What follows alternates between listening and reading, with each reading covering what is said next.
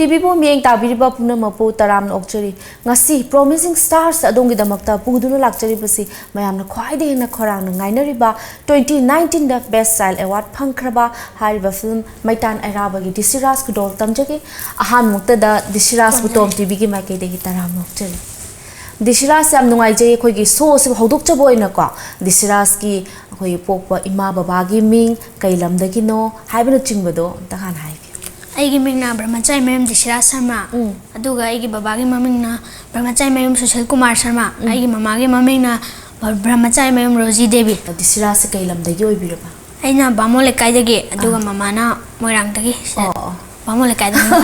Yam nungai se B.Dishiraj ado B.Dishiraj usi class kya gadi tambirage? Ai class 4. Class 4 kai school da? Ramakrishna Mission School Uripok da leba. Oh, ado khoi school kaba matam siga adagi film kumbagi matam siga kitang di chana de adu B.Dishiraj si karamba matam daga schedule se film schedule matam se kamai khaido ga pi yam da Sunday gumba school chuti lebe se sida tawani aduga moi kaino bal jebala hoi gumba che soma ho yara ganna moi schedule phangda wani na ai school lepa dum smai dum to school lepa ga ko B.Dishiraj na khoi gi art khoi gi acting sik aduki matik thawai yaujaba du buni ko B.Dishiraj na khoi moi gi samga matam bizeraga school gi sukai dana ba honaraga tawbi haibe sam thina nungaiba phongdok chari ada makha tajar koina B.Dishiraj khoi gi aham boina yam nungai no wari utai ju sanasi ado aham boina khoi gi viewers sing da khoi khwai di pamjaba isem ta ngana khodol tambi ina khwai gi pamjaba sen naken thaina ka dara ken dina sakpane ba ai kitang matian tangona salake naken thagi su yening thalai kalen thagi su nungzu thalai kapli bangang nawasu mamana tem kare nausum isai saktuna nungsina kon kare aigi mangliba manglan thamoi se nangna karam kanda makeup thokan bidauriba sarangla aigi omsakla thamoi se nangna karam kanda enghan bidauriba yening thagum noju thagum yening thagum nungju thagum ahimsa tumluraga ayuki malangbana taibangda makeup thokan base makalam halle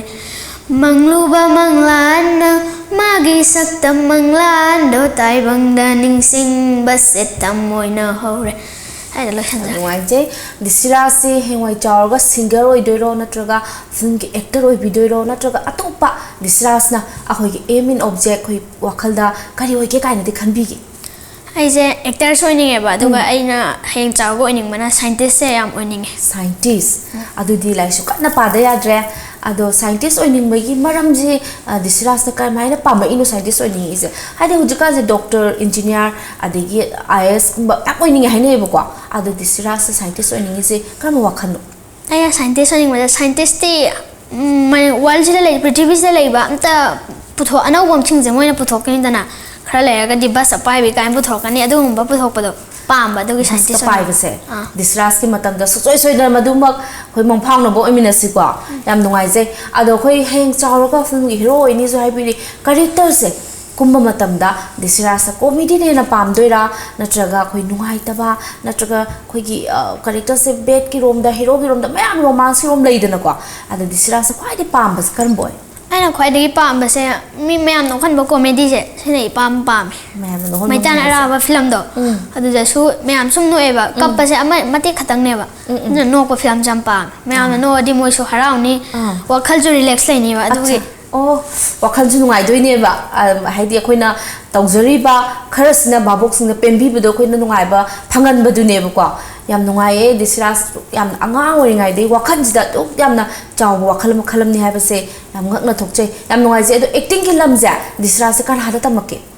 ai acting je khoi ham ba dai mama da tame adu ga khoi gi oja rajan na khoi drama nungdang khading chale ba do oja rajan na su yam takpi adu ga oja sujakanta moi hom se dum takpi ꯑꯇꯣꯞꯄ ꯃꯌꯥꯝꯁꯨ ꯇꯥꯛꯄꯤꯕ ꯑꯗꯣ ꯃꯣꯏ ꯑꯍꯨꯝꯁꯤꯅ ꯌꯥꯝꯅ ꯇꯥꯛꯄꯤꯕꯗꯣ ꯁꯨꯃꯥꯏ ꯁꯨꯃꯥꯏꯅ ꯇꯧꯋꯦꯅ ꯑꯗꯨꯒ ꯑꯩꯒꯤ ꯃꯩꯇꯩ ꯑꯔꯥꯕꯗꯣ ꯑꯗꯨꯏ ꯇꯥꯃꯣ ꯂꯨꯀꯥꯟ ꯇꯥꯃꯣ ꯕꯦꯃꯣꯜ ꯃꯌꯥꯝ ꯇꯥꯛꯄꯤꯌꯦꯕꯀꯣ ꯑꯗꯣ ꯖꯒꯣꯏꯗꯤ ꯁꯥꯗꯕ꯭ꯔꯥ ꯑꯩꯁꯦ ꯖꯒꯣꯏꯁꯦ ꯊꯥꯏꯅꯅꯦ ꯁ꯭ꯀꯨꯜꯒꯤ ꯑꯦꯅꯨꯋꯦꯜꯗꯅꯦ ꯑꯍꯥꯟꯕ ꯆꯍꯤꯗ ꯑꯩꯅ ꯀ꯭ꯂꯥꯁ 1 ꯀꯥꯔꯤꯀꯥꯟꯗ ꯑꯩꯁꯦ ꯀ꯭ꯂꯥꯁ 1ꯗꯩ ꯇꯝꯃꯦꯕ ꯑꯗꯨꯅ ꯑꯦꯅꯨꯋꯦꯜ ꯊꯣꯛꯄꯗ ꯖꯒꯣꯏ ꯍꯥꯟꯅ ꯊꯣꯛꯑꯦ ꯃꯊꯪꯗ ꯖꯒꯣꯏ ꯂꯣꯏꯔꯒ ꯄꯨꯡꯁꯦ ꯑꯅꯤꯔꯛ ꯊꯣꯛꯑꯦꯕ ꯁꯨꯃꯥꯏꯅ ꯑꯗꯨꯒꯨꯝꯕ ꯍꯟꯗꯛ ꯆꯍꯤꯁꯤꯗꯤ ꯀꯩ ꯌꯥꯎꯗꯣꯏꯅꯣ ꯈꯪꯗꯦ ꯖꯒꯣꯏꯁꯨ ꯄꯥꯝꯃꯦ ꯍꯥꯏꯔꯦꯀꯣ ꯑꯗꯣ ꯑꯩꯈꯣꯏ ꯗꯤꯁꯤꯔꯥꯖꯅ ꯑꯩꯈꯣꯏꯒꯤ ꯁ꯭ꯀꯨꯜ ꯑꯩꯈꯣꯏ ꯀꯥꯔꯁꯨ ꯂꯥꯏꯔꯤꯛ ꯇꯝꯃꯁꯨ ꯑꯗꯩ ꯐꯤꯂꯝ ꯀꯨꯝꯕꯁꯨ ꯅꯠꯇꯕꯗ ꯑꯦꯛꯁꯇ꯭ꯔꯥ ꯑꯩꯈꯣꯏꯒꯤ ꯗꯤꯁꯤꯔꯥꯖꯀꯤ ꯍꯣꯕꯤꯁꯁꯦ ꯀꯔꯤꯗꯤ ꯑꯣꯏꯕꯤ ꯑꯩꯒꯤ ꯍꯣꯕꯤꯁꯦ ꯐꯨꯠꯕꯣꯜ ꯁꯥꯟꯅꯕꯁꯨ ꯌꯥꯝ ꯄꯥꯝꯃꯦ ꯑꯗꯨꯒ ꯍꯥꯟꯅꯗꯤ ꯐꯨꯠꯕꯣꯜ ꯌꯥꯝ ꯍꯩꯔꯝꯗꯦꯕ ꯑꯩ ꯐꯨꯠꯕꯣꯜ ꯁꯥꯟꯅꯕ ꯌꯥꯝ ꯄꯥꯝꯃꯦ ꯑꯗꯨꯒ ꯃꯊꯪꯗꯅ ꯑꯩꯁꯦ ꯁꯒꯣꯜ ꯊꯧꯋꯦꯕ ꯁꯒꯣꯜꯁꯨ ꯍꯦꯛ ꯇꯝꯕ ꯆꯠꯄ ꯑꯣꯖꯥ ꯀꯥꯎꯕ ꯍꯥꯏꯅ ꯀꯩꯅꯣ ꯀ꯭ꯋꯥ ꯀꯩꯊꯦꯜꯗ ꯀꯥꯏꯗꯅꯣ ꯑꯣꯏꯕꯅꯦꯕ ꯂꯝꯗꯣ ꯀꯥꯎꯊꯣꯛꯈ꯭ꯔꯦ ꯑꯗꯨꯒ ꯃꯊꯪ ꯁꯨꯕꯅ ꯑꯩ ꯁꯒꯣꯜꯁꯨ ꯄꯥꯝꯃꯦ ꯑꯗꯨꯒ ꯑꯦꯛꯇꯤꯡꯒꯤ ꯂꯝꯕꯤꯁꯤꯁꯨ ꯌꯥꯝ ꯄꯥꯝꯃꯦ ꯑꯗꯨꯒ ꯑꯔꯣꯏꯕꯗ ꯑꯩꯁꯦ ꯃꯦꯖꯤꯛ ꯇꯧꯕꯁꯨ ꯌꯥꯝ ꯄꯥꯝꯃꯦꯕ ꯃꯦꯖꯤꯛ ꯇꯧꯕꯁꯨ ꯌꯥꯝ ꯄꯥꯝꯃꯦ ꯑꯗꯣ ꯑꯩꯅ ꯁꯨꯝ ꯇꯥꯖꯕꯗꯤ ꯏꯁꯩꯁꯨ ꯌꯥꯝ ꯄꯥꯝꯃꯦꯅ ꯇꯥꯈꯤꯕ ꯃ꯭ꯌꯨꯖꯤꯛꯀꯁꯦ ꯈꯣꯡꯕ ꯈꯣꯡꯕꯗꯤ ꯍꯩꯌꯦ ꯑꯗꯣ ꯁꯛꯄꯗꯤ ꯀꯌꯥ ꯍꯩꯇꯕ ꯆꯨꯝꯃꯦ ꯀꯔꯤ ꯃ꯭ꯌꯨꯖꯤꯛ ꯈꯣꯡꯉꯤꯅꯣ ꯃ꯭ꯌꯨꯖꯤꯛꯁꯦ ꯀꯤꯕꯣꯔꯗ ꯈꯣꯡꯕ ꯀꯤꯕꯣꯔꯗ ꯌꯥꯎꯕꯗꯤ ꯌꯥꯝ ꯅꯨꯡꯉꯥꯏꯒꯗꯧꯅꯤꯀꯣ ꯈ꯭ꯋꯥꯏꯗꯒꯤ ꯍꯦꯟꯅ ꯄꯥꯝꯖꯕꯁꯦ ꯉꯁꯥꯏꯒꯤ ꯏꯁꯩꯗꯨꯅ ꯑꯣꯏꯕꯤꯗꯣꯏꯔꯥ ꯅꯠꯇ꯭ꯔꯒ ꯑꯇꯣꯞꯄꯁꯨ ꯂꯩꯕꯤꯔꯤꯕ ꯈ꯭ꯋꯥꯏꯗꯒꯤ ꯄꯥꯝꯖꯕꯁꯦ ꯑꯩꯁꯦ ꯑꯦꯛꯇꯤꯡꯒ ꯁꯒꯣꯜ ꯊꯧꯕꯁꯦ ꯁꯤ ꯌꯥꯝ ꯑꯗꯣ ꯁꯤꯡꯒꯔ ꯂꯛꯇꯒꯤꯗꯤ ꯀꯅꯥꯅ ꯍꯦꯟꯅ ꯄꯥꯝꯒꯦ ꯁꯤꯡꯒꯔꯗꯗꯤ ꯑꯩꯅ ꯍꯧꯖꯤꯛ ꯁꯛꯈꯤꯕ ꯏꯁꯩ ꯀꯥ ꯀꯦꯅꯦꯗꯤꯗꯣ ꯗꯗꯥ ꯀꯦꯅꯦꯗꯤꯗꯣ ꯑꯗꯨꯅ ꯏꯄꯥꯝ ꯄꯥꯝꯃꯦ ꯅꯨꯄꯤꯗꯗꯤ ꯈꯪꯗꯦ ꯑꯩ ꯀꯌꯥ ꯇꯥꯗꯦꯕ ꯌꯥꯝ ꯅꯨꯡꯉꯥꯏ ꯑꯗꯣ ꯗꯤꯁꯤꯔꯥꯖꯅ ꯍꯌꯦꯡꯋꯥꯏ ꯆꯥꯎꯔꯒ ꯍꯤꯔꯣ ꯑꯃ ꯑꯣꯏꯔꯀꯥꯟꯗ ꯄꯥꯕꯤꯅꯤꯡꯕ ꯗꯤꯁꯤꯔꯥꯖꯅ ꯍꯌꯦꯡꯋꯥꯏ ꯆꯥꯎꯔꯒ ꯄꯥꯝꯃꯦ ꯀꯥꯏ ꯈꯟꯖꯕ ꯍꯤꯔꯣꯏꯟꯒꯁꯦ ꯀꯅꯥ ꯑꯣꯏꯕꯤ ꯑꯩꯁꯦ ꯃꯣꯏ ꯂꯣꯏ ꯍꯩꯔꯝꯅꯤ ꯂꯣꯏꯅꯃꯛꯇꯤ ꯄꯥꯝꯃꯦꯕ ꯍꯥꯏꯕꯗꯤ ꯂꯣꯏꯅ ꯀꯨꯝꯃꯤꯟꯅꯅꯤꯡꯉꯦꯕ ꯑꯗꯣ ꯑꯩꯅ ꯈ꯭ꯋꯥꯏꯗꯒꯤ ꯀꯨꯝꯃꯤꯟꯅꯅꯤꯡꯕꯗꯤ ꯆꯦ ꯕꯤꯖꯨ ꯕꯦꯁ ꯑꯦꯋꯥꯔꯗ ꯐꯪꯈꯤꯕ ꯃꯩꯇꯥꯟ ꯑꯦꯔꯥꯕ ꯍꯥꯏꯕ ꯐꯤꯂꯝꯗꯨꯗꯒꯤꯀꯣ ꯑꯩꯈꯣꯏꯒꯤ ꯗꯤꯁꯤꯔꯥꯖꯅ ꯗꯥꯏꯂꯣꯛ ꯃꯆꯦꯠ ꯑꯃꯇꯪ ꯑꯩꯈꯣꯏ ꯚ꯭ꯌꯨꯔꯁꯤꯡꯗ ꯈꯨꯗꯣꯜ ꯇꯝꯕꯤꯌꯨ ꯍꯣꯏ ꯇꯝꯖꯔꯛꯀꯦ ꯑꯗꯨꯒ ꯅꯦꯅꯦꯅꯅꯦ ꯑꯩꯒꯤ ꯄꯥꯕ ꯁꯥꯔꯛꯑꯣꯕ ꯑꯩꯅ ꯁꯨꯃꯥꯏꯅ ꯍꯥꯏꯒꯦꯕ ꯑꯩꯁꯦ ꯏꯁꯤꯠꯄ ꯍꯥꯏꯅ ꯉꯥ ꯐꯥꯔꯨꯕꯗꯣ ꯉꯥ ꯐꯥꯔꯨꯕꯗꯣ ꯑꯗꯨ ꯆꯠꯂꯨꯕ ꯆꯠꯂꯨꯔꯒ ꯃꯄꯥꯅ ꯀꯧꯔꯒ ꯑꯩꯅ ꯆꯦꯟꯕ ꯑꯗꯨꯗ ꯊꯦꯡꯅ ꯍꯜꯂꯛꯑꯕ ꯅꯨꯡꯗꯥꯡꯗ ꯃꯄꯥꯗꯣ ꯌꯥꯝ ꯁꯥꯎꯔ ꯂꯤꯆꯩ ꯄꯥꯏꯔꯉꯥꯏ ꯂꯩꯔꯝꯕ ꯑꯗꯣ ꯅꯦꯅꯦꯅ ꯁꯥꯕꯤꯔꯛꯑꯣ ꯑꯗꯣ ꯑꯩꯅ ꯁꯨꯃꯥꯏꯅ ꯍꯥꯏꯔꯛꯀꯦꯕ ꯅꯦꯅꯦꯅ ꯑꯩꯅ ꯄꯥꯕ ꯆꯪꯉꯛꯀꯦ ꯍꯥꯏꯔꯛꯀꯦꯕ ꯑꯗꯣ ꯅꯦꯅꯦꯅ ꯆꯪꯉꯛꯄ ꯌꯥꯔꯣꯏ ꯀꯥꯏ ꯈꯔ ꯂꯥꯎꯅ ꯁꯥꯎꯅꯤꯡꯕ ꯃꯑꯣꯡꯗ ꯍꯥꯏꯕꯤꯔꯛꯑꯣ ꯄꯥꯕ ꯑꯩ ꯑꯝꯇ ꯆꯪꯉꯛꯀꯦ ꯄꯥꯕ ꯆꯪꯉꯛꯄ ꯌꯥꯔꯣꯏ ꯀꯩꯗꯧꯕꯩ ꯆꯪꯉꯛꯇꯣꯏꯅꯣ ꯑꯉꯥꯡꯅꯦꯅ ꯂꯝ ꯏꯍꯦꯟ ꯍꯦꯜꯂꯗꯅ ꯄꯥꯕ ꯆꯪꯉꯛꯄ ꯌꯥꯗ꯭ꯔꯁꯨ ꯃꯅꯤꯡ ꯍꯟꯕꯗꯤ ꯌꯥꯕ ꯅꯠꯇ꯭ꯔꯣ ꯃꯅꯤꯡ ꯍꯜꯂ ꯀꯃꯥꯏ ꯆꯪꯉꯛꯀꯦ ꯍꯥꯏꯅꯣ ꯆꯠꯂꯣ ꯁ꯭ꯋꯥꯏꯗ ꯅꯪ ꯂꯝ ꯌꯥꯝ ꯍꯦꯜꯂꯕꯅꯤ ꯆꯩꯁꯦ ꯎꯕ꯭ꯔꯥ ꯑꯩꯅ ꯄꯥꯏ ꯆꯩꯁꯦ ꯄꯥꯕ ꯑꯩ ꯂꯥꯜꯂꯦꯕ ꯑꯩ ꯑꯝꯇ ꯆꯪꯖꯔꯛꯀꯦꯕ ꯄꯥꯕ ꯃꯅꯤꯡ ꯍꯜꯂ ꯆꯪꯉꯛꯑꯣ ꯑꯗꯨꯗꯤ ꯄꯥꯕ ꯑꯗꯨꯗꯤ ꯍꯩꯇꯦ ꯑꯗꯨꯗꯤ ꯀꯃꯥꯏ ꯆꯪꯗꯣꯏ ꯃꯇꯨꯡ ꯃꯅꯥꯎ ꯇꯧꯖꯔꯣ ꯍꯥꯏꯌꯨ ꯃꯇꯨꯡ ꯃꯅꯥꯎ ꯇꯧꯖꯔꯔꯣꯏ ꯄꯥꯕ ꯑꯩ ꯑꯃꯨꯛ ꯍꯟꯅ ꯇꯧꯖꯔꯔꯣꯏ ꯑꯩ ꯑꯝꯇ ꯆꯪꯖꯔꯛꯀꯦ ꯄꯥꯕ ꯆꯪꯉꯛꯑꯣ ꯌꯥꯔꯦ ꯊꯦꯡꯛ ꯌꯨ ꯌꯥꯝ ꯅꯨꯡꯉꯥꯏꯖꯩ ꯑꯩꯅ ꯍꯥꯏꯖꯔꯤꯕ ꯗꯥꯏꯂꯣഗ് ꯈꯔꯁꯤ ꯂꯥꯜꯂꯝꯕꯁꯨ ꯌꯥꯏ ꯆꯨꯝꯃꯝꯕꯁꯨ ꯌꯥꯏꯀꯣ ꯑꯗꯨꯕꯨ ꯉꯥꯏꯍꯥꯛ ꯅꯨꯡꯉꯥꯏꯅꯕ ꯏꯟꯇꯔꯇꯦꯟ ꯇꯧꯃꯤꯟꯅꯔꯦ ꯍꯥꯏꯅꯤꯡꯉꯥꯏꯇ ꯅꯨꯡꯉꯥꯏꯖꯔꯤ ꯃꯈꯥ ꯇꯥꯖꯔꯛꯄ ꯑꯣꯏꯅ ꯑꯩꯈꯣꯏ ꯗꯤꯁꯤꯔꯥꯖꯅꯀꯣ ꯑꯩꯈꯣꯏ ꯍꯧꯖꯤꯛ ꯑꯣꯏꯅ ꯐꯤꯜꯝꯁꯦ ꯃꯊꯪ ꯑꯩꯈꯣꯏꯒꯤ ꯍꯧꯖꯤꯛ ꯑꯦꯁꯥꯏꯟꯃꯦꯟ ꯂꯩꯕꯤꯕ ꯄꯨꯊꯣꯔꯛꯀꯗꯕ ꯐꯤल्म ꯀꯔꯤ ꯂꯩꯕꯤꯒꯦ ꯍꯥꯏꯕꯗꯨꯁꯨ ꯊꯝꯕꯤꯌꯨ ꯑꯩꯁꯦ ꯃꯃꯥꯅ ꯑꯩꯉꯣꯟꯗ ꯌꯥꯎꯍꯟꯕꯅꯦꯕ ꯐꯤꯂꯝ ꯃꯃꯤꯡꯅꯅꯦ ꯀꯟꯐꯥꯔꯝ ꯇꯥꯗ꯭ꯔꯤ ꯀꯧꯋꯦꯕ ꯐꯤꯂꯝ ꯃꯃꯤꯡꯁꯦ ꯀꯟꯐꯥꯔꯝ ꯇꯥꯗ꯭ꯔꯤ ꯐꯤल्म ꯃꯃꯤꯡꯁꯦ ꯑꯗꯨ ꯁꯤꯗꯅ ꯅꯍꯥꯟꯁꯨ ꯁꯨꯇꯤꯡ ꯆꯠꯂꯨꯏꯕ ꯁꯤ ꯐꯤꯂꯝꯁꯤꯒꯤ ꯑꯗꯣ ꯑꯇꯣꯞꯄꯗꯤ ꯀꯌꯥ ꯂꯩꯇꯦ ꯑꯗꯣ ꯑꯩꯈꯣꯏꯒꯤ ꯁꯨꯇꯤꯡ ꯆꯠꯄ ꯃꯇꯝꯗ ꯗꯤꯁꯤꯔꯥꯖꯅ ꯈ꯭ꯋꯥꯏꯗꯒꯤ ꯍꯩꯅꯗꯕ ꯌꯥꯝ ꯅꯨꯡꯉꯥꯏꯇꯕ ꯃꯤꯅꯒ ꯋꯥꯍꯩꯁꯦ ꯍꯥꯏꯔꯛꯄꯗ ꯅꯨꯡꯉꯥꯏꯇꯕ ꯊꯦꯡꯅꯕꯤꯕ ꯌꯥꯎꯕ꯭ꯔꯥ ꯋꯥꯍꯩ ꯑꯗꯨꯗꯤ ꯀꯌꯥ ꯌꯥꯎꯗꯦ ꯃꯤꯅ ꯑꯗꯨꯝ ꯅꯪ ꯌꯥꯝ ꯍꯩ ꯀꯥꯏ ꯑꯗꯨꯃꯥꯏꯅ ꯑꯗꯨꯝ ꯍꯥꯏꯔꯛꯑꯦꯕ ꯑꯗꯣ ꯁ꯭ꯀꯨꯜ ꯀꯥꯕꯗꯗꯤ ꯁ꯭ꯀꯨꯜꯒꯤ ꯐ꯭ꯔꯦꯟ ꯁꯥꯔꯀꯜꯅ ꯑꯣꯖꯥꯁꯤꯡꯅꯒꯗꯤ ꯗꯤꯁꯤꯔꯥꯖꯇ ꯀꯩ ꯍꯥꯏꯔꯛꯀꯦ ꯑꯣꯖꯥꯁꯤꯡꯅꯗꯤ ꯌꯥꯝ ꯍꯣꯠꯅꯕ ꯀꯜꯂꯤ ꯑꯗꯨꯃꯥꯏꯅ ꯍꯥꯏꯔꯦ ꯑꯗꯣ ꯑꯩ ꯐ꯭ꯔꯦꯟꯁꯤꯡꯗꯗꯤ ꯀꯌꯥ ꯑꯗꯨ ꯋꯥꯍꯩꯁꯦ ꯑꯩ ꯍꯥꯏꯔꯛꯇꯦ ꯌꯥꯝ ꯅꯨꯡꯉꯥꯏ ꯑꯗꯣ ꯗꯤꯁꯤꯔꯥꯖꯁꯦ ꯑꯩꯈꯣꯏ ꯇꯨꯡꯗ ꯐꯥꯎꯕ ꯑꯃꯗꯤ ꯁꯨꯡꯁꯣꯏ ꯁꯣꯏꯗꯅ ꯑꯣꯏꯔꯛꯀꯗꯣꯏꯅꯦꯕꯀꯣ ꯌꯥꯝ ꯅꯨꯡꯉꯥꯏ ꯑꯗꯣ ꯗꯤꯁꯤꯔꯥꯖ ꯑꯩꯈꯣꯏꯒꯤ ꯍꯧꯖꯤꯛꯀꯤ ꯑꯩꯈꯣꯏꯅ ꯑꯩꯈꯣꯏ ꯑꯦꯋꯥꯔꯗ ꯐꯪꯈꯤꯕꯁꯤꯡ ꯀꯣ ꯑꯆꯤꯞꯃꯦꯟ ꯐꯪꯈꯤꯕ ꯑꯗꯨꯁꯤꯡꯗꯨꯁꯨ ꯍꯥꯏꯐꯦꯠꯇꯪ ꯊꯝꯕꯤꯌꯨ ꯑꯍꯥꯟꯕꯗ ꯑꯩꯁꯦ ꯏꯍꯥꯟ ꯍꯥꯟꯅ ꯄꯨꯟꯁꯤꯒꯤ ꯑꯍꯥꯟꯕ ꯑꯦꯋꯥꯔꯗ ꯐꯪꯈꯤꯕꯁꯦ ꯃꯥꯌꯣꯟ ꯃꯃꯥꯅ ꯄꯨꯊꯣꯛꯄꯅꯦꯕ ꯑꯗꯣ ꯁꯤꯗ ꯐꯪꯉꯤꯁꯦ TSS ꯃꯅꯤꯐꯥꯗ ꯐꯪꯕꯁꯦ ꯀꯛꯆꯤꯡꯗ ꯑꯗꯣ ꯑꯅꯤꯁꯨꯕꯗꯅꯅꯦ ꯃꯩꯇꯥꯟ ꯑꯔꯥꯕꯁꯤꯅ ꯑꯅꯤꯔꯛ ꯐꯪꯕꯅꯦꯕ ꯃꯩꯇꯥꯟ ꯑꯔꯥꯕꯁꯤꯅ TSSꯇ ꯑꯃ ꯑꯗꯨꯒ MFDCꯗ ꯇꯧꯕ ꯃꯅꯤꯄꯨꯔ ꯁ꯭ꯇꯦꯠ ꯐꯤल्म ꯑꯦꯋꯥꯔꯗ ꯑꯗꯨꯗ ꯑꯃ ꯐꯪꯉꯦ ꯁꯤ ꯑꯅꯤꯁꯤꯗ ꯑꯦꯋꯥꯔꯗꯄꯨꯗꯤꯅꯦ ꯃꯩꯇꯥꯟ ꯑꯔꯥꯕꯗꯅ ꯑꯅꯤꯔꯛ ꯐꯪꯕ ꯃꯥꯌꯣꯟꯗꯅ ꯑꯃ ꯐꯪꯕ ꯄꯨꯟꯅ 3 ꯁꯨꯔꯦ ꯌꯥꯝꯅ ꯅꯍꯥ ꯑꯣꯏꯅ ꯑꯦꯋꯥꯔꯗꯁꯦ ꯃꯊꯪ ꯐꯪꯕꯤꯔꯦ ꯑꯗꯣ ꯑꯩꯈꯣꯏꯗꯤ ꯍꯧꯖꯤꯛꯐꯥꯎ ꯑꯦꯋꯥꯔꯗꯁꯨ ꯐꯪꯗ꯭ꯔꯤ ꯂꯥꯏꯕꯛ ꯐꯕꯅꯤ ꯑꯩꯈꯣꯏ ꯗꯤꯁꯤꯔꯥꯖꯀꯨꯝꯕꯁꯦ ꯑꯩꯈꯣꯏ ꯃꯌꯥꯝꯅ ꯄꯨꯝꯅꯃꯛꯅ ꯀꯂꯛꯆꯐꯝꯁꯨ ꯑꯣꯏꯖꯔꯦ ꯑꯗꯣ ꯗꯤꯁꯤꯔꯥꯖ ꯀꯔꯤ ꯐꯥꯎꯕꯤꯒꯦ ꯃꯤꯀꯨꯞꯇꯨꯗ ꯑꯩꯈꯣꯏ ꯑꯦꯋꯥꯔꯗ ꯐꯪꯉꯦ ꯂꯥꯞꯊꯣꯔꯛꯄ ꯃꯇꯝꯗꯅꯦ ꯗꯤꯁꯤꯔꯥꯖꯅ ꯀꯔꯤ ꯐꯥꯎꯕꯤ ꯑꯩꯁꯦ ꯑꯍꯥꯟꯕꯗꯗꯤ ꯌꯥꯝ ꯅꯨꯡꯉꯥꯏꯕ ꯐꯥꯎꯋꯦꯕ ꯑꯩꯈꯣꯏ ꯑꯩꯅ ꯍꯥꯏ ꯃꯥꯌꯣꯟꯁꯦ ꯁ꯭ꯇꯦꯖꯇꯅꯦ ꯃꯣꯏ ꯁꯤ goes to ꯕ꯭ꯔꯍ꯭ꯃꯆꯥꯔꯤ ꯗꯤꯁꯤꯔꯥꯖ ꯀꯥꯏ ꯂꯥꯎꯊꯣꯛꯄꯁꯦ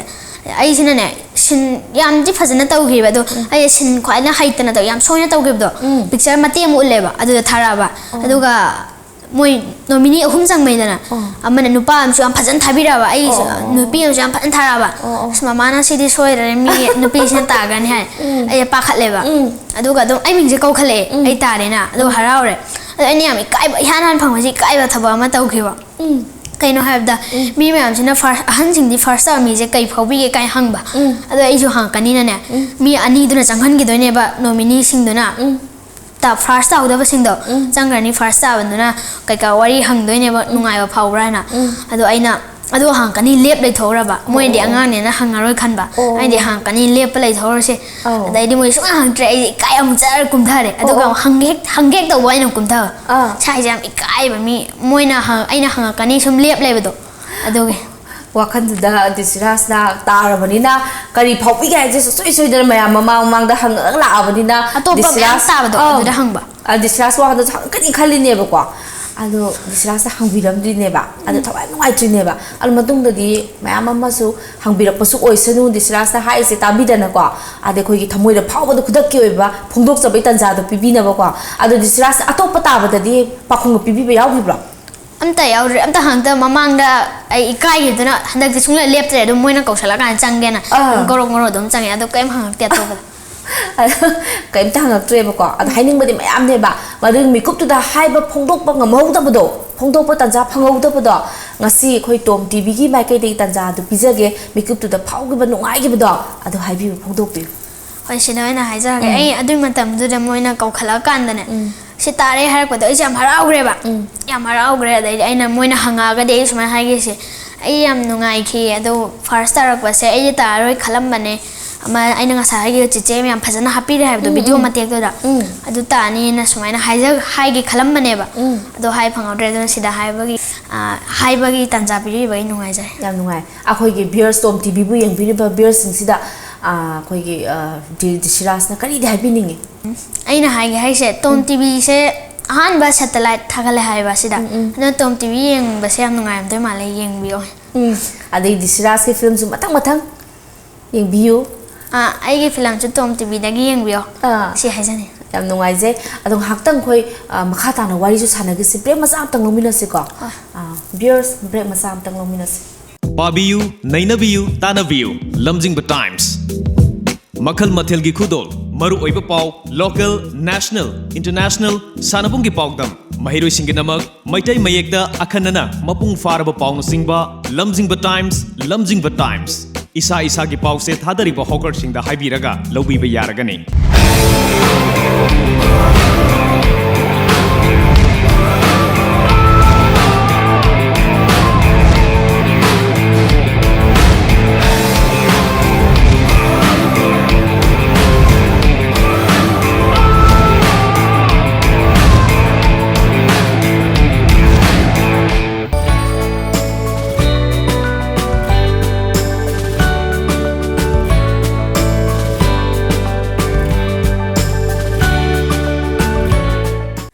break ki matung da taram no opchari Dishiraj khoi hak se potha mi no re amuk makha ta na wai nungai sana se ko ado Dishiraj na khoi gi award lo chalam dai da thekna ki ba khoi gi awa ba lambi da de ki nungai ta ba ta shooting chat pa da khudong thi ba thekna ki ba ka yawi gi ba ama yaw ki ai na ani rak so ba triple s ta phang ba da adu na ai je chandra ke ti da lila ma ulu ba adu da ai je prize lila maming da pe tang pan biram ba la maming da prok le pau gel hai ba mal kai sari ba du da ai na ne kaino khoi chi che ma ne Japan la ai na bung gam tha da gi ba do adu da chi che do pa la kan cha mamit che u gi dra ba adu da ai na ma che mamit tu dram thabak to taw ba ngam raw ni na ne ma na ni ba kai ka chat le ba ni ba chat pa do ma ku chambi ba sa ba na dialogue yaw da ba dialogue se ma na ayam ba ta ro ga ne ma ni sai sa ni da ai na dialogue khadi yaw ba khari yawi se ai na chi che yaw do re se da yuma ma lai ta haidaro dialogue ka tawraga phachana acting ka tawraga dialogue to mate ama di kaw khre ayam ba kaw khre mate ama khatang oi hak chiche ada yum ma lei se changasi kadai da no chiche ada lei de asigi yum ji di am ti na chiche changura si ko ꯍꯣꯏ ꯍꯣꯏ ꯑꯗꯨꯒ ꯄꯨꯁꯜꯂꯒ ꯆꯪꯉꯦ ꯑꯩ ꯃꯌꯥꯝ ꯀꯥꯎꯒ꯭ꯔꯦ ꯅꯤꯡꯁꯤꯡꯉꯗꯤ ꯌꯥꯝ ꯅꯨꯡꯉꯥꯏ ꯑꯗꯨꯒ ꯑꯋꯥꯕ ꯊꯦꯡꯅꯔꯛꯈꯤꯕꯗꯣ ꯑꯃꯨꯛ ꯂꯤꯊꯕꯤꯔꯣ ꯑꯋꯥꯕ ꯊꯦꯡꯅꯔꯛꯈꯤꯕꯗꯣ ꯑꯗꯨ ꯂꯤꯂꯥꯗꯣ ꯎꯠꯂꯨꯔꯒ ꯂꯥꯛꯄꯗ ꯅꯪꯉꯔꯣꯏꯅ ꯀꯟꯅ ꯊꯧꯔꯛꯄ ꯑꯗꯣ ꯃꯣꯏꯅ ꯄ꯭ꯔꯥꯏꯖꯇꯣ ꯑꯩ ꯂꯧꯕ ꯐꯪꯍꯧꯗ꯭ꯔꯦꯕ ꯃꯤꯅ ꯑꯇꯣꯞꯄꯅ ꯀꯥꯔꯒ ꯂꯧꯈ꯭ꯔꯦꯕ ꯑꯗꯣ ꯄ꯭ꯔꯥꯏꯖꯄꯨꯗꯤ ꯑꯩꯉꯣꯟꯗ ꯄꯤꯔꯛꯑꯦꯕ ꯑꯗꯣ ꯑꯩ ꯁ꯭ꯇꯦꯖꯇ ꯊꯣꯛꯄ ꯐꯪꯍꯧꯗꯕꯗꯣ ꯉꯁꯥꯏꯒꯤ ꯌꯥꯝ ꯅꯨꯡꯉꯥꯏꯅ ꯑꯦꯋꯥꯔꯗ ꯐꯪꯕꯗ ꯁ꯭ꯇꯦꯖꯇ ꯊꯣꯛꯆꯔ ꯂꯧꯒꯗꯧꯕꯗꯣ ꯐꯪꯍꯧꯗ꯭ꯔꯦꯕ ꯇ꯭ꯔꯥꯐꯤꯛ ꯖꯥꯝ ꯑꯣꯏꯕꯩꯔꯥ ꯀꯃꯥꯏꯅ ꯅꯪꯍꯧꯗ꯭ꯔꯤꯕ꯭ꯔꯥ ꯍꯥꯏꯕꯗꯤ ꯂꯝꯗꯣ ꯌꯥꯝ ꯂꯥꯞꯄꯦꯕ ꯀꯛꯆꯤꯡꯗ ꯆꯠꯇꯣꯏꯅꯤꯅꯅꯦ ꯑꯩꯈꯣꯏꯁꯦ ꯂꯤꯂꯥꯗꯨꯁꯨ ꯎꯠꯇꯕ ꯌꯥꯗꯕꯅꯤꯅ ꯎꯠꯂꯨꯔꯒ ꯀꯟꯅ ꯊꯧꯔꯛꯄꯗꯣ ꯅꯪꯗ꯭ꯔꯕ ꯑꯗꯣ ꯁꯨꯇꯤꯡ ꯆꯠꯄꯗꯗꯤ ꯀꯩꯅꯣ ꯃꯃꯥꯒ ꯆꯠꯄ꯭ꯔꯥ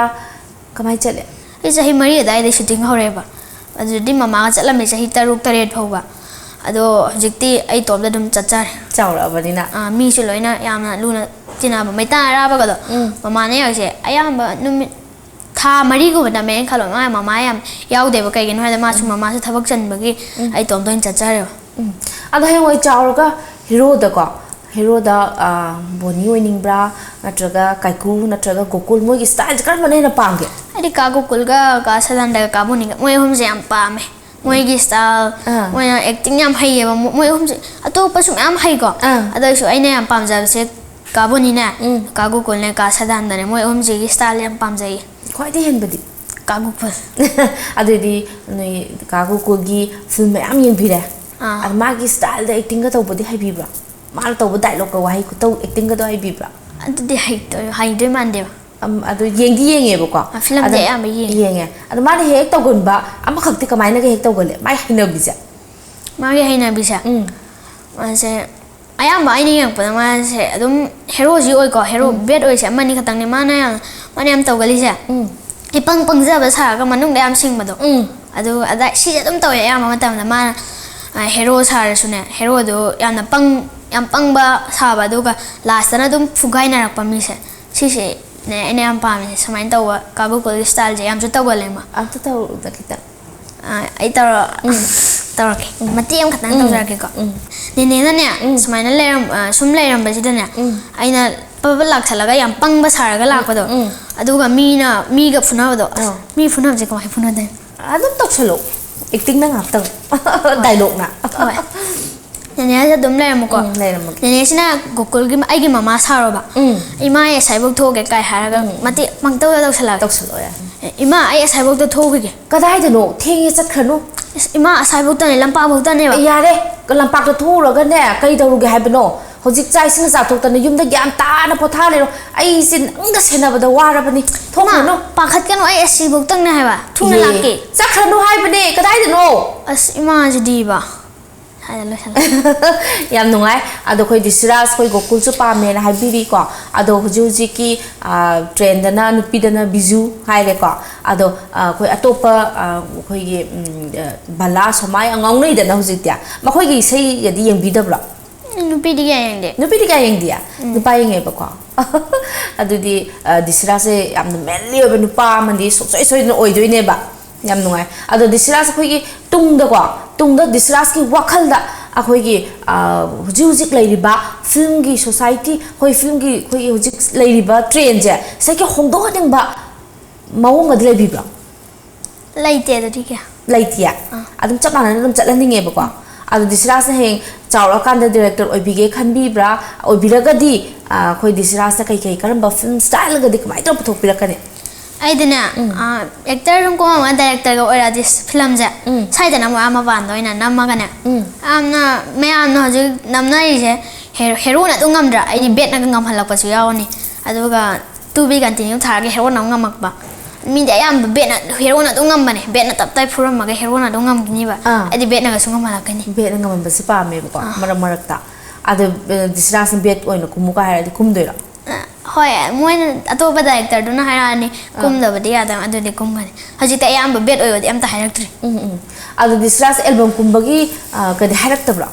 ꯑꯦꯜꯕꯝꯒꯤꯁꯦ ꯍꯥꯏꯔꯛꯇꯕ ꯃꯥꯜꯂꯦ ꯑꯦꯜꯕꯝꯗꯤ ꯑꯝꯇ ꯀꯨꯝꯗ꯭ꯔꯤꯕ ꯑꯉꯥꯡ ꯑꯣꯏꯔꯤꯕꯅꯤꯅ ꯑꯗꯣ ꯑꯩꯈꯣꯏ ꯅꯨꯡꯉꯥꯏꯇꯕꯒꯤ ꯀꯦꯔꯦꯛꯇꯔ ꯔꯣꯜ ꯀꯞꯄꯩ ꯈꯣꯠꯄꯒꯤ ꯑꯦꯛꯇꯤꯡꯁꯤꯗꯤ ꯗꯤꯁꯤꯔꯥꯖ ꯑꯩꯈꯣꯏ ꯑꯗꯨꯝ ꯉꯝꯕꯤꯕ꯭ꯔꯥ ꯇꯧꯕ ꯑꯗꯣ ꯑꯩꯁꯦ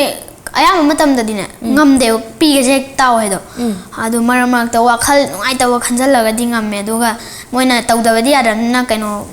ꯒ꯭ꯂꯦꯁꯟ ꯈꯔ ꯊꯥꯗꯅꯤ ꯑꯗꯨꯒ ꯏꯁꯤꯡ ꯈꯤꯇꯪ ꯇꯧꯔ ꯁꯥꯏꯗ ꯇꯥꯍꯟꯕ ꯁꯥꯔꯅꯤ ꯑꯌꯥꯝꯕ ꯁꯨꯃꯥꯏꯅ ꯇꯧꯋꯦ ꯑꯗꯨꯒ ꯀꯩꯅꯣꯗꯗꯤ ꯌꯥꯝꯅ thawai nuai tawa jaga ka paisa hoide adu redum ngamni ba pi ga sum tara eba jaga khanjal la kan adu isa je body ga same ge kan di khanbi bro gym ga sanaraga adu di mi gym sanai mi pek taruk thoeng khalo mi ne khutu mong chen ba pek ta dum kai ni design khatang ne ai di masa kal le hai ba khatang ne ba ai sum moina gym jo wang wai thangal ne du ga pek kaya thuk ko leidana ado hayang mina puk adum puk tu the ba pek to dum chep ta roi ba adu design khatang ne sum phuna ba dong aman loi phuna bai technique se ko ai taekwondo ko stam bi tare ne ko taekwondo adu ko tam wai da isana ngam jaga da nu pa yam thok na khum bi e Dishiraj se ko Dishiraj na khwai de ki pam ja ba hinjang je kari di pam bi ge utti athei di pam ja chicken ne adu kang shu ye thaina pam me hojik ti pam re do pam ja ado khoi Dishiraj na school chat na ba so hot nei ado khoi ki school lai shu pa na ba hot nei ado shooting ju chatli ado school chat pa matam da khoi night shooting to matam da natra shooting to matam da school chat matam da tumning ba wa ba kya di thengna bi bra ai je nung dang yam theng ba di thengna de ko maitan araba dom number da ne pung ma pan ta ta ba se adum film do namam ni adum tumning badi phau de ba tumning a sumai ta thok pa aduga khoi tamul kan do mane sam nungai na nam hal le ba kai no ha da to pa da hek number lo nang phamung jango gari manung lai so kai hai de ba game khara sana han ne aduga aina pam ba sin iroi bai khara happy ne aduga aina sagol thoba pa me hai gi do nga sa sagol thoba sin happy nam dan ha phan ngani adu tamul kan dam phai ba nung dang da ga di aina tumning kai ang pho hai de ba tumning ai de tumning ba matam de ne moi gi tum angang ni tum ba saraga tum ba gi sin ga chana ba do adu do nam de ai yam nungai hal le ba tumning ba ga di kya yaw de ado Dishiraj ngasi mayam puna makna Dishiraj na khamnari ja kana gi mapan de gi kana da ne hainingi Dishiraj ki wakhanda han ai mayam na khana ya khoi mama na khangan bane ya hana nonga le na ne sima ma hana ai chahi mari da gi kumak pa adu pudi putho ke tre moi kainom film do kainom tawe na do mama na haji puthok se yam chai adu film do kai ha aina petrol pe kan da adu mai na puthok se hai re adu ai di hojik ne adu film do mama na puthok se ne am kan ta re ba adu film thek loi ba ga yi hu oina film ma yaw ke ba hu do puthok ai ki hanan film puthok pa se hu du ni hanan puthoe mathang dalan mathang na mama na hai ba mai on do du mathang maitan araba hira chandra nongba ge jacket kai na mayam taw re hanan na puthok pe ba de mama na puthok pe mama se ke di ni ba ko ado mama ga papa ga di he na kana na close oi ke ni ai animal loina oi ya am nungai Dishiraj na ko mama su paso ni mang usi na so happy de ado Dishiraj na kwai de pam ba hinjang so happy de color di kari color pam be black se harap to male chumbro black se pam de da pam dia ado pretty kal de black sam bakcha bane ba ado ga em pam green ga blue blue di kya pam de green je am pam black city pakti pakcha ga pam da se de ba ado ngasi gi dress di Dishiraj sa khabi la lai ra na traga color se dress se mama na fridge je de ina khalak pane ba to ga khangau se mama na ngarang lai ro bane gari se su mama na loi taw bi ba ta ne ngasi li black suit ne ba da black ka pam do man ba du ne ba do pam dre ba ko al pakti am pakcha ba Dishiraj sa ko ado Dishiraj sa heng chaw kan da akhoi ge dress code style se kan ma mong ga di sepi ga ne hai do kan di Korean ki style adegi Bollywood Hollywood ma'am lai na kan ba style ga de hen pam bi style je ai di sum coat style pa je sine pam coat style to ba ai ngasi let ka ne khoi mama na ya de coat le lo ni cham na chat lo hai adu di Dishiraj na heng chaw kan da aisa na khoi gi apam ba khoi gi sechaba phang ba gi tanja du mama na su am thu na pibi bo oras nu ko adu Dishiraj na aroi boina khoi mamam cha gi oi ba dialogue acting khudak gi oi ba Dishiraj talent kya am lai hai se ma mang uthok na ba ngaktang gi nungai na ba acting masa am to mina se ko adu ne na hobiro imagi bungo ke hai ge mama nan bu ka dori no mama ai kano taw ta ma pa na ngtang sana ge taw ni ngak su sana ga do buni lai su taw ga do ni ado ima di ne thawai se yam na wai isa jinga si school da mi khana re hai chumbro hoi ma kali gi no du bo ma ai na ne sum school je chat ba gan ma na tung da break thaw je tung da gi swai na ilak pa ai na ilak kano bai sa dai do ra hai ba ma na thau ro ka ha ba do ai sum phuna ni ma ado imam cha khatani lai ri se kana su lai je banate ado isa na matu na ma sok pada ima khatana ni chongthok na ba lai se ado icha mi ga khanaganu ko hoi ma icha gi awat pa leirabasu imana thungna ba loina honagani icha gi awat pa kai lege ma ai di kaim laiti hang chawraga ne ima gi damakte icha leiri aina ne khanlaga hingjadoine ima na ne icha gi damakte chakthokna hingdoine ba ado icha na ni ima gi damakta kari kari di tawbige na khanbige ima gi damakta aina ne hayang wai chawra di scientist oini ba ado ima na pam poto aina loi puthokte loi puthokpidoine yam nungai adudi Dishiraj ki mama ojaba phangjabasi mama gi di laiba yam phabani yam nungai Dishiraj khoi gi character che kitang khak loishalakpasida khoi gi character se khoi sa be daga yam ngamba ka heningi kaina haibi gi bako phattabe character amta tawbilawne phattaba gi am soning bet ya right ta hoi adu ne se keno saro hero saro aina ne pangai hai jala ke do ne su pangai hai jala ba ado aina ngamhalu ba ngamhange somjibu yamna phawrisibu yam phawshaisibu kana ke masa masu ne kaina ga tapi ningi no hoi nang na thawra du hang bage chalo na sak tu ing di chalo sa wa ngang da khara phanasida ai ham sawla kanu ko sak chi thi nang khupang tha jala na oh aidi khupang tharaga leiga draw haisibo nupi angang gi damakta yamna kanna su hena do amna thongna phudor kanu da I ga kar yum dai lai kan hin nang no lai tai na jarak chani kaino habiri sibo yum da I karaga ayon tai na bi haisibo lingjen phudok na sai baro no pa ge nang na tra horai se aidi hobi palaiti somna mina chakpa lambi da gari khamaga thalakhiba ising kap khamjalaga isinga chonghalakhi dubu kaubirabo ai nang da soi bine ha ge dana soi bisa kaya rak soi na ge kai noi amura khatang soi da ngai kaubirabo mamang na soi khiba mayam da ibu no da kai soi ga ga se oh ngamna ba khumba aduni ne purak ta amta phubiro ne yam nungai Dishiraj ko khoi pungju matam le selaktre ado khoi TOMTV gi studio da hoje phambiri aroi boina kai phaubi ga bu su khasang phungdok piram ai se aroi boina na TOMTV na ai bu sida una sen ka ubi rak pa sa si yam tha ga chai TOMTV ado pungda akhoi studio mang na phambi matam da kamta nungai ta ba pakhat pa kai phaubi te ba phaude yam nungai du ne koina promising stars ta koina yamna akhoi gi platform am pizaraga hena koina TOMTV gi mai kai de su support tau jari se tungda hena aphaba hena phajaba award mas khangda na poro poi bi haina TOMTV gi mai kai de su Dishiraj sa thamjage yam nungai jai Dishiraj ga si oina di akhoi Dishiraj ko unabagi tanja si mikubasida loshinjage viewers ngasi go ina di promising stars si kudol tamjaba mikubasida matang sida loshinjage mathangi episode ta anoba guest abu puduna lakjage numitu phawbodi pungphan du phawbodi amu punna ngai minase aroi boina amko sona kaina ba thamjage